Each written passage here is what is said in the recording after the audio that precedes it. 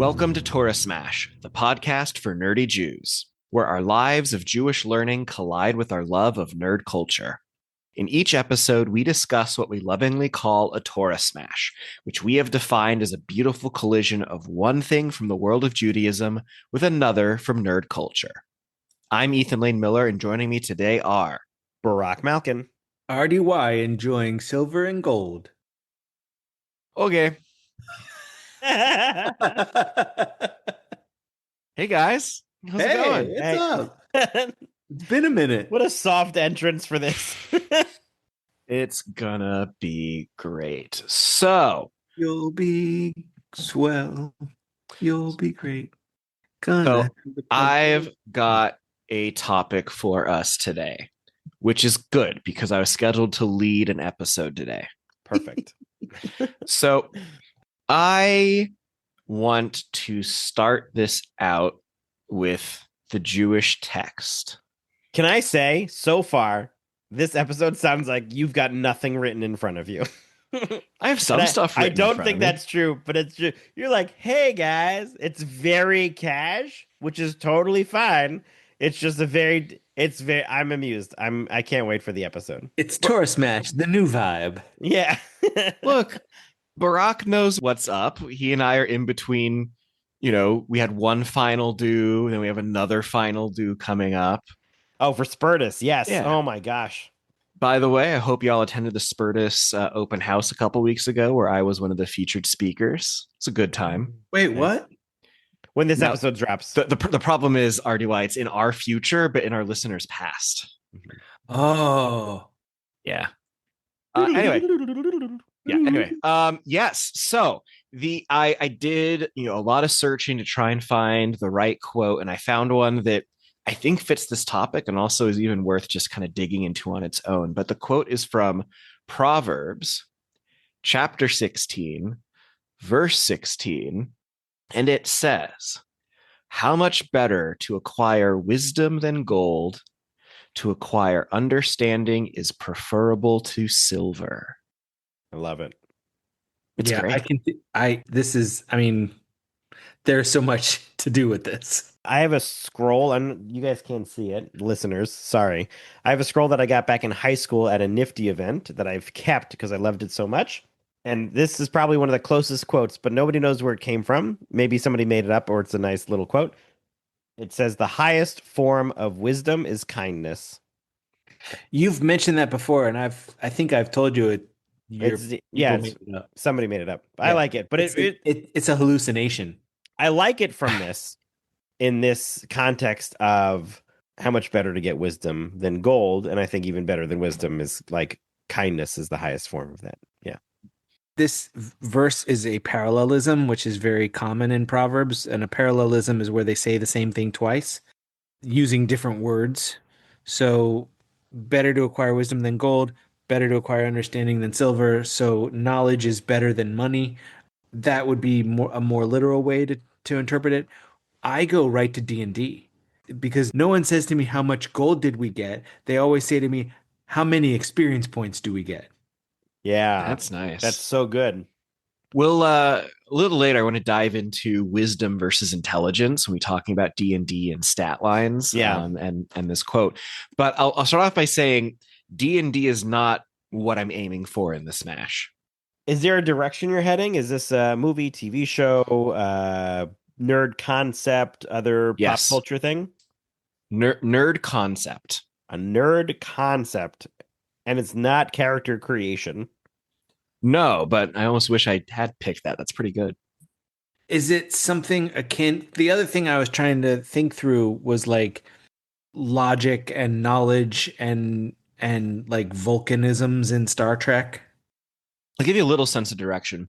It is an activity that is pretty well known that nerds, I think, particularly enjoy, but it's not exclusive to nerds. Trivia? What was that, RDY? Trivia? Yes. Oh, hey, nice. And Ken Jennings used them to get gold. Yes. Yeah. So I want to talk a bit about trivia. How trivia relates to Judaism and nerd culture and the intersections there. And I was inspired by Whitney, friend of the show, listener, coworker Hi, Whitney. extraordinaire. Hey, Whitney. Her children are scared of me. It's excellent. So Whitney is our disability inclusion manager at Shalom Austin, and is part of some of the groups that we have. There's a group called I Am Able, where neurodiverse adults get together once a month for social outings. And I've unfortunately been able to attend these yet. So but you are unable. I'm unable. But they have twice now gone to a trivia night, and I've been so disappointed. And I feel like trivia intersects so many bubbles: Jewish, nerd, neurodivergent. These bubbles aren't necessarily mutually exclusive. Yeah, the Venn diagram overlap is very large. It is. It is. And so I thought, why is this a thing? Like, I guess I want to start with, why is the well actually meme so accurate for nerds that we need to like jump on correcting other people's facts? Oh, see, that's not where I went with trivia. Elaborate. Well, I think of trivia, trivia comes from the same root as trivial, meaning not important. And yet all these things that we like to share, they're not important, but they're fun. And you can earn things with them. Like the bar where my son works does a weekly trivia night, and they give the top 3 teams get gift cards to the restaurant that it's housed in. And so that can be, fun and useful. Can I challenge you? Like, isn't useful versus trivial in the eye of the beholder? Oh, totally. But like, chances are this knowledge is not going to be life-saving, nor is it going to be something that you're utilizing on a day-to-day basis. To know that, President Reagan is the only president to have been the member of a labor union because he was in SAG doesn't help me with anything. Right, but I think the actually Well, it certainly didn't help Reagan. Right, but I think the actually still aligns with this idea of trivial, because the general public doesn't care about those minute details, and they'll say something, and then the local nerd will push up their glasses and say, actually, because they care about those trivial concepts. And so they will say whatever this tiny detail is, that, and other people go, all right, fine, whatever. Right? The general public still doesn't care, even though the nerd has pushed up their glasses and corrected them, because it's not important. And I don't think there's been a situation where somebody says, "Oh my God, thank you so much for saying actually and correcting me," because that was missing in my life. It's not. Teachers to students, hopefully I will say, outside of this podcast, no one has said thank you for actuallying me. Right. Yeah, there is a game show called Actually on Dropout TV, where the host will state something that is a fact, quote unquote, from some sort of nerdy property, and the contestants have to correct the fact to make it factual. Oh, that's fun. How interesting that show is in that format and not just a general trivia show. I think that's saying something. Yeah. Yeah. But I still don't think Actually is only connected to trivia, unless you're saying that actuallying someone is the result of trivial knowledge. Yeah, I think it is. I think that I think that's like none of the stuff mentioned in that episodes, I'm sure. I'm going to guess. I haven't watched it. I've seen a clip once or twice, and it's always like listing out Pokemon names and saying, well, actually, this one is not a Pokemon, that's a Final Fantasy character, right? That is trivial knowledge. That is not, nobody says the proper steps of CPR are, or the right way to, when driving a car, your hands have to be at, 5 and 7. Actually, it should be 12 and, like, it's not things that you need to do, right? Forks don't go in microwaves. Actually, like, the things that they don't go in microwaves. That's correct. That was Please do not put forks in microwaves. Right. It's not trivial knowledge. It's not trivial knowledge. And I think that's the kind, like, each of those pieces are not important to everyday life. They are not. And so it's funny because on the show, Yes, I'm sure the ones that are more of the viral questions are the ones you describe, but there's always a segment where like a question or two are like actual useful knowledge Like questions. what? Like what? I don't have an example. Like reading, like looking for speed limit signs, or I don't making a peanut butter and jelly sandwich I on don't your have an own. answer ready to Yeah, go. But I think there might have been a CPR question, or I might be thinking that only because you mentioned it. right. So, Barack, it Ethan. seems like you're drawing a line that trivia is trivial, and that there's a line between what you consider to be useful, purposeful facts and who cares. Well, I will say I'm actually RDY is the one who said this, and I have definitely latched onto it because I find it to. The more I think about it, the more I agree with that. That the trivia nights are often things that few people know about unless you, for some reason, have the eyesight for that topic, or the actuallys are important to the person who knows it and unimportant to everybody else in the room. And so for me, I think I do agree that trivia comes from the word trivial and means that is not important to the mass culture. Yeah. Okay. So, why do we as nerds feel the compulsion to correct people? What a good question. Thank you for asking why as nerds and not why as Jews. I'll get there. Oh, okay. I have stopped correcting people because I have found that people find it annoying. And so I think unaware nerds correct people because you want them to care about what you care about, but people don't. And so know where you're at, everybody. I've also generally stopped correcting people. It depends. I mean, it depends on the context. Like this weekend, I was talking to one of my improv classmates, and he genuinely asked me to talk about the difference between Star Trek and Star Wars, and I was so happy to do it. And Pull up along a the way, chair, friend. it is what happened. Also, it was at a party, so it was a real banger. By the end, I just picture by the end, everybody's just huddled around on couches listening to Ethan tell the Who's difference who's about. holding a flashlight like a Yeah. lightsaber That's Oh my God. exactly what happened. So good. Exactly what happened. and a deck of cards like a transponder. Yeah. Yep. It was exactly how you imagine it. Um, it's like that was a moment where I was like, the door was open. There was a clear invitation to, I would like to learn about this. Please Yeah. explain this to Yep. me. And I did. Yeah, it's the only time it's acceptable. I have some close friends that I will correct because they are also nerds in their own right in their own areas, and it's an open, friendly, and welcoming space for me to do so. But I have caught myself because I've learned in the past that people have not been happy when I actually or add ideas or whatever it is, that it's for me, it's not important. Why am I adding that? Right? I forget the acronym. Wait, Like wait, right? What is it? What does it stand why for? am I talking? Yeah. Oh, there's more. There's more like reasons. Like, does this is this important? Does this add anything to the Oh, conversation? right. Is it going to hurt somebody's feelings? Is it going to take the attention away? Like, there's other. I think it's SMART, and I don't remember the acronym. No, SMART is for planning. Is it helpful? Is Yeah. it Think. important? It's think. Think. Yes. Yeah. I forget what it is, but there is a kind. Right. True, helpful, important, necessary, kind. Yeah. That. And I've checked myself just without knowing that acronym beforehand, but I don't think most of the stuff, the actuallys that I would have shared in the past, are necessary. I don't. Let me ask you a meta question about that. Would you consider what I just did actuallying you? What, changing it from smart to think? Yeah. No, because I was trying to figure out what it was. Okay. So it was helpful. Okay. Yeah. You're welcome. I think to use some of Barack's language, the door was open. We were already engaged in this conversation. Yeah. I think for me, it's a little bit of like, if I was on the receiving end of being corrected, would I be annoyed by it? And if so, maybe I shouldn't do it. Hmm. Oh, nice. I like that. Yeah.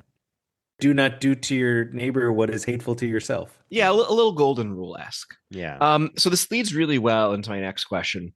What's the line between educating someone and being toxic? You know, as someone who lives their life as an educator, it's going to be such a light episode.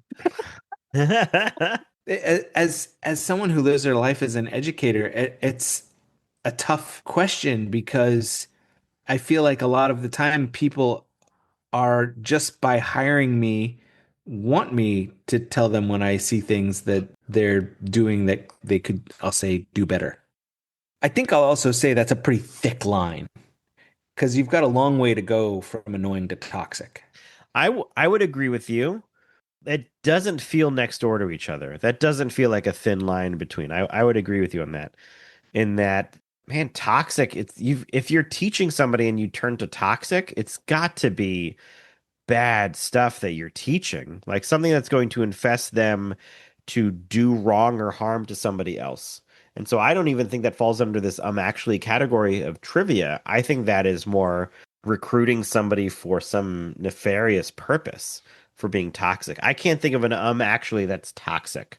Like if your science class and the science teacher goes, actually the world was created in 6 24-hour days, as it says in the Bible. Yeah, but I would say That would that be because it's a trivia, if because that's a actually response, there's not enough there in the relationship to become toxic. There's no conversation. There's no opening for a conversation. It just feels combative, or it doesn't feel toxic to me because I don't think there's an opening for that to have been heard properly. If we're jumping to actuallys, then I think the line gets a little thinner between educating and toxicity because actually can be a little bit of a power play.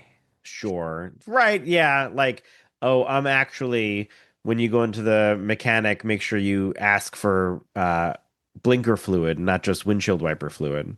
Like, it's a short. That's someone messing with someone else. Yeah, Yeah, I I think don't know if that's toxic, right? I'm trying to think of a good example of an actually becoming toxic. Of I hear you if you actually and you give them a blatantly wrong fact that they're I think the science versus like creationism actually that you gave, I don't know if it's a great example. I think there's probably better examples in terrible scenarios of actually and Well, giving a thanks. false Thanks, fact. Barack. Sorry, I'm Yeah, not good enough for your. yeah, it's fine. I think I also have this like very stereotypical idea of like at a convention, you're in a conversation, someone just steps in to correct you, like very stereotypical. And I also would label that as toxic. That's fair. Like Sure. someone who's not a part of the conversation. Yeah, Yeah. I've definitely stopped myself from doing that. Sure, they become like a buzzkill sort of thing. Yeah, exactly. Yeah. Okay, I buy that. Also, it's just okay to let strangers be wrong. Yeah, I think there's a space for that. You've got to allow that to happen unless for some reason you are needing to protect somebody in the moment, right? To stand up for somebody else. I don't think it's always helpful. There have been occasions where I have heard people trying to remember a thing and like, what's that? Oh, I don't know, but she was in this and I'll be like, Jodie Foster. And oh, thank you. Like I've definitely been that guy. But I think the difference there is the door is slightly open. Yeah, I don't think it's an actually. Maybe the window. Like I Right, don't, if you had they're overheard not them, specifically opening the door to me. They're just yeah. saying it and I'm in the neighborhood.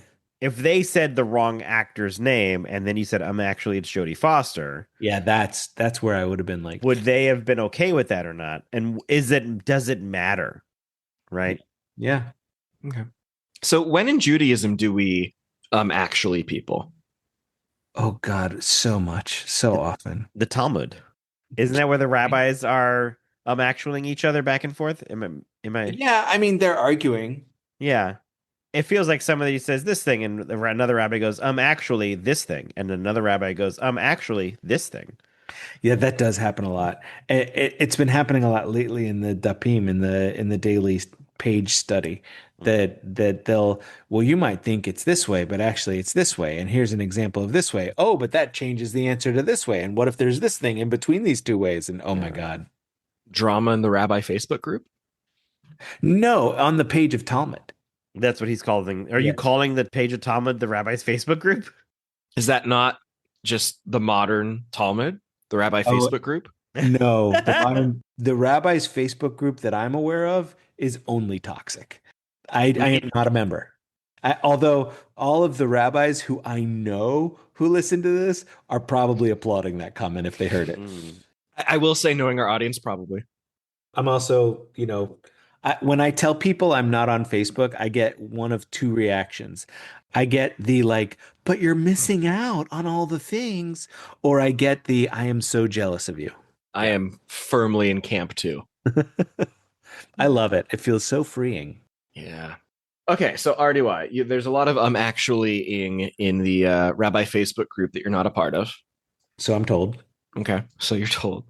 Brock, you think the Talmud is a bunch of actually-ing? Right, I do. I think fondly, I think of nifty business meetings. Mm. And I maybe this is something about me. I was the type of adult advisor who loved it when someone got schooled on Robert's Rules of Order.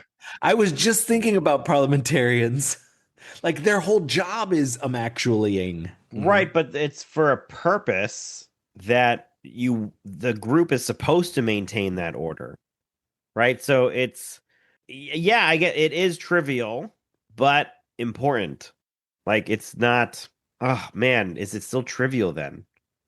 It is kind of funny. Like whenever like there was a meeting that I was at where there was a pro microphone and a con microphone over a particular motion that was on the floor.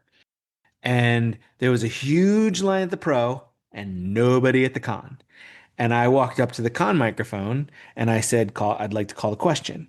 And the president said, "You can't do that from the con microphone." I said, "Actually, I can do it from wherever I want." And he looked at the parliamentarian, and the parliamentarian went, "He can do it from wherever he wants." I was like, "Yeah."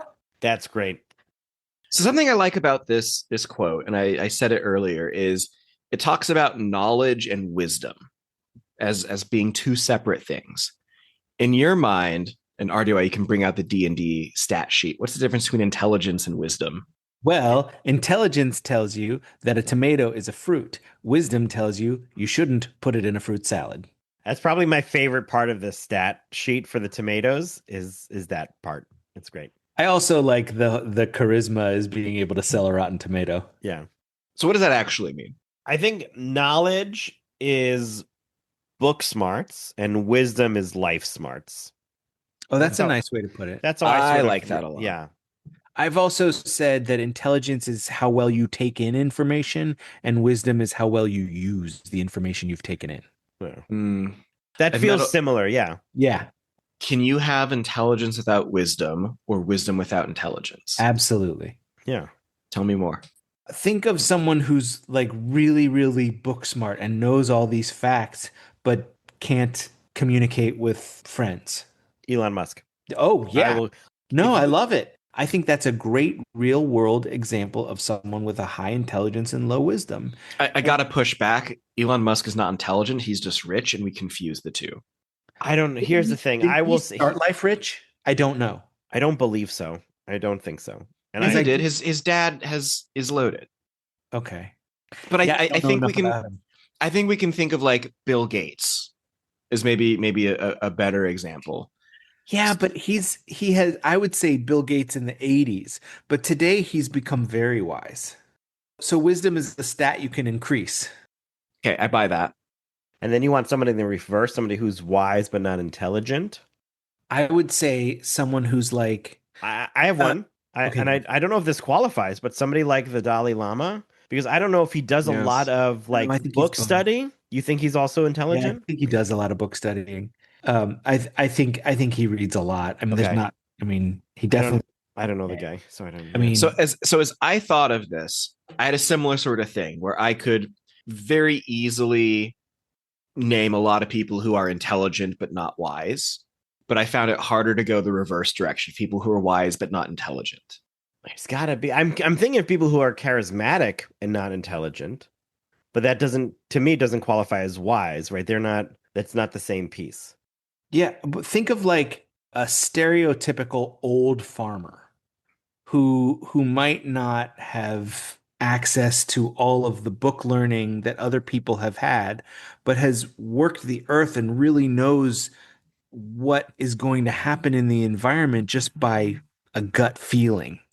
That to me seems like a high wisdom, low intelligence kind of ability. And that doesn't mean that farmers are dumb either. That just means that kind of caricature could be an example. It can also be that intelligence is, you don't have the same.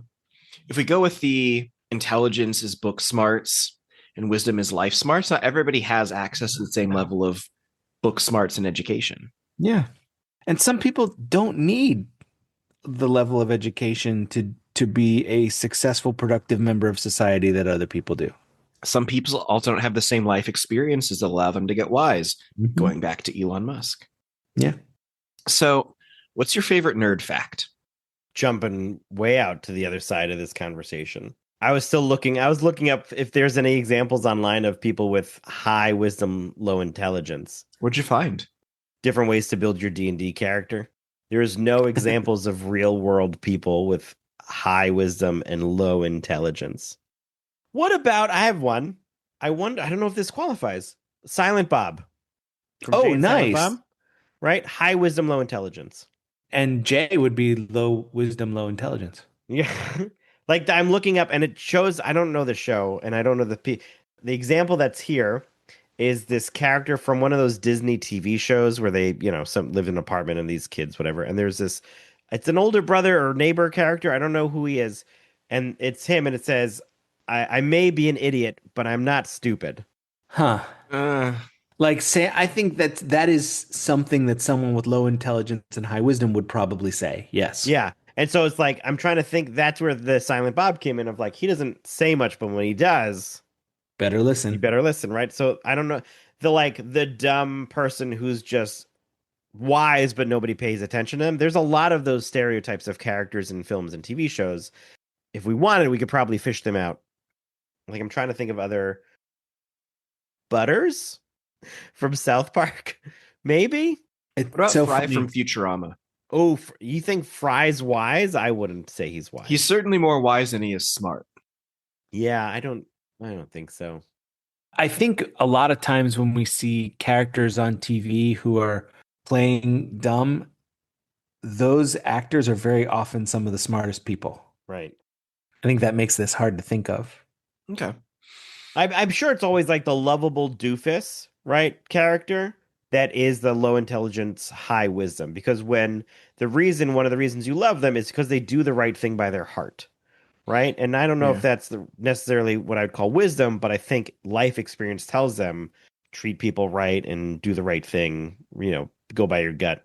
Joey from Friends does a lot of really dumb things, says a lot of really dumb things, but is a successful actor and is able to get anything he wants from people, especially women.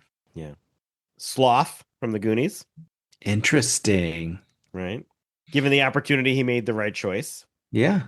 And yet he does remember certain things, like when he was being calmed down by Mama and she got to when the bow breaks, the cradle will fall. He freaked out and said, break, fall, gesturing at his head. And she says, I've only dropped you once, maybe twice. So that lack of intelligence seems to not be his fault due to damage, injury. Yeah. Yeah.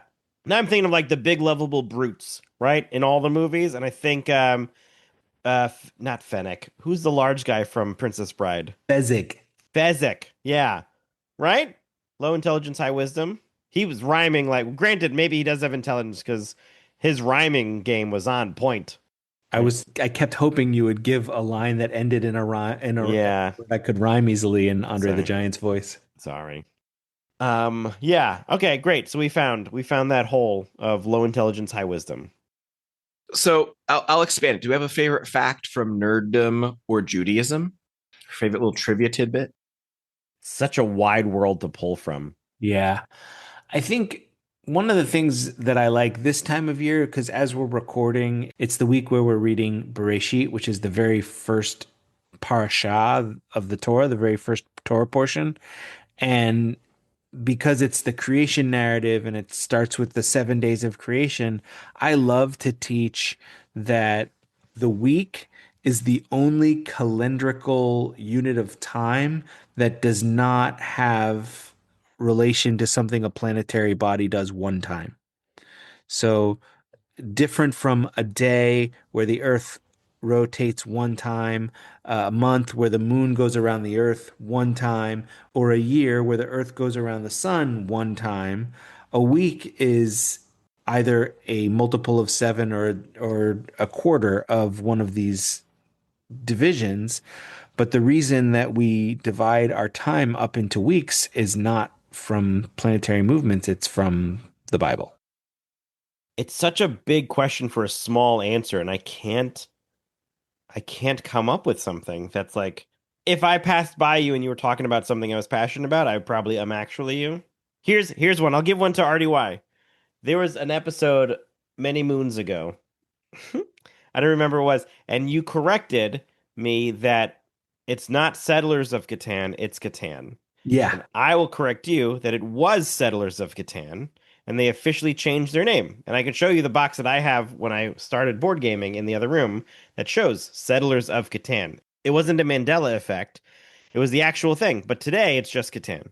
But they had changed it and shortened it to be a more popular See? thing. But it was I called. always thought it was a Mandela effect. Nice. No, I can That's show you the cool. box if you want. I trust you. Okay, yeah.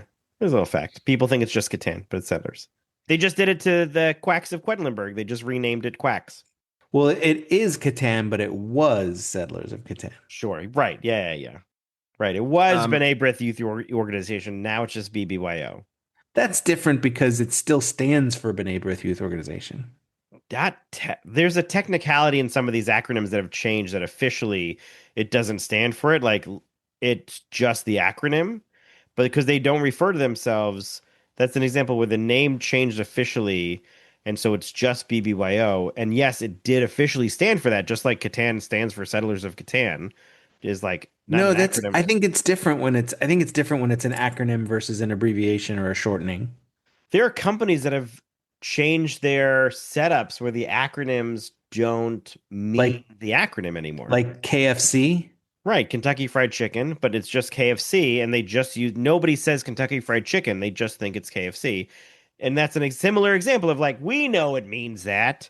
We have that understanding, but in their bylaws or whatever, they've changed it officially that it's not an expanded term, it's just the word, the acronym. I've heard people say Kentucky Fried Chicken. I know. I think that was the actually of the episode. Yeah, I mean, you're almost always going to be wrong when you say everyone says. Yes. Yeah. I love talking about Nakshon as the first one to jump into the Red Sea. It's my favorite little like factoid. Sea of Reeds. Sure, thank you. But actually, I dare not step into this Jewish realm of actually with the rabbi on the call. All right. Those are my questions, y'all. Anything that we have not touched on that you want to talk about? I don't have a regular trivia night group name that I use. I always like to base it off of the group that I'm with, but I know others have constant trivia pub night names. Do either of you have a trivia pub night group name you like to use? Good question. I'm on a podcast and taking improv classes. I have not made the jump into doing like a regular regular trivia team, but I suppose that is next for me. Sure. wow, that was quite a foray into nerdy activities. Yeah. I'm usually with my family, so we just call ourselves the Youngs. Cool. And the fact that we tend to go to wait. trivia night at Alex's work makes it even more embarrassing for him, which is fun. If one of your kids gets married, would their spouse be young at heart? Sure. Okay. Just as long as they're not named Diane, because Diane Young, it just doesn't sound good. Diane Young? Yeah, we don't want that. Cool. This is great, y'all. Any closing thoughts? I like that you started with Proverbs that has, because the Proverbs text itself is wisdom text. It's all stuff to get us thinking and, to teach us. And the fact that you've chosen this book of the Bible to talk about actuallying and trivial knowledge, that's really what Proverbs is all about, which is pretty cool. Thank you, Rabbi. Good job. I tried. Love it.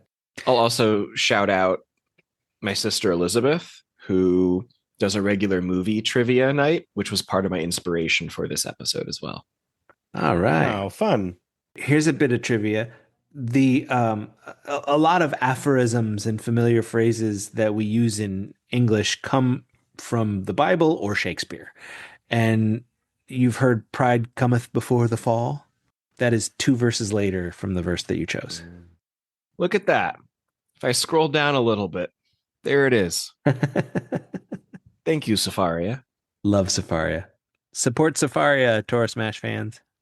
Cool. All right. That'll do it for this episode of Torah Smash. Our fiscal sponsor is Jewish Creativity International. Our theme music was created by Sean Fogel. You can check out Sean's bands and studio work at www.thesleepywest.com. If you enjoyed today's episode, be sure to rate and review us wherever you listen. It helps others find us and is an excellent way to support the podcast. We want to hear from you and continue today's nerdy discussion. Go to torahsmash.com to find where to connect with us online, purchase swag from our store, support us with a donation, find previous episodes, and more. And did you know that I had a rabbi I turned to for gardening tips? She was known for her sage advice.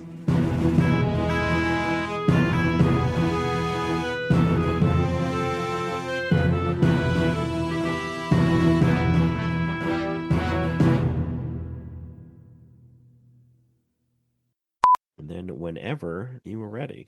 Hold on, let me move my cat. Hold on, let me eat something first. I'll try to come up with something so you can eat. Thanks, dude. I'm trying to figure out where the cut is here.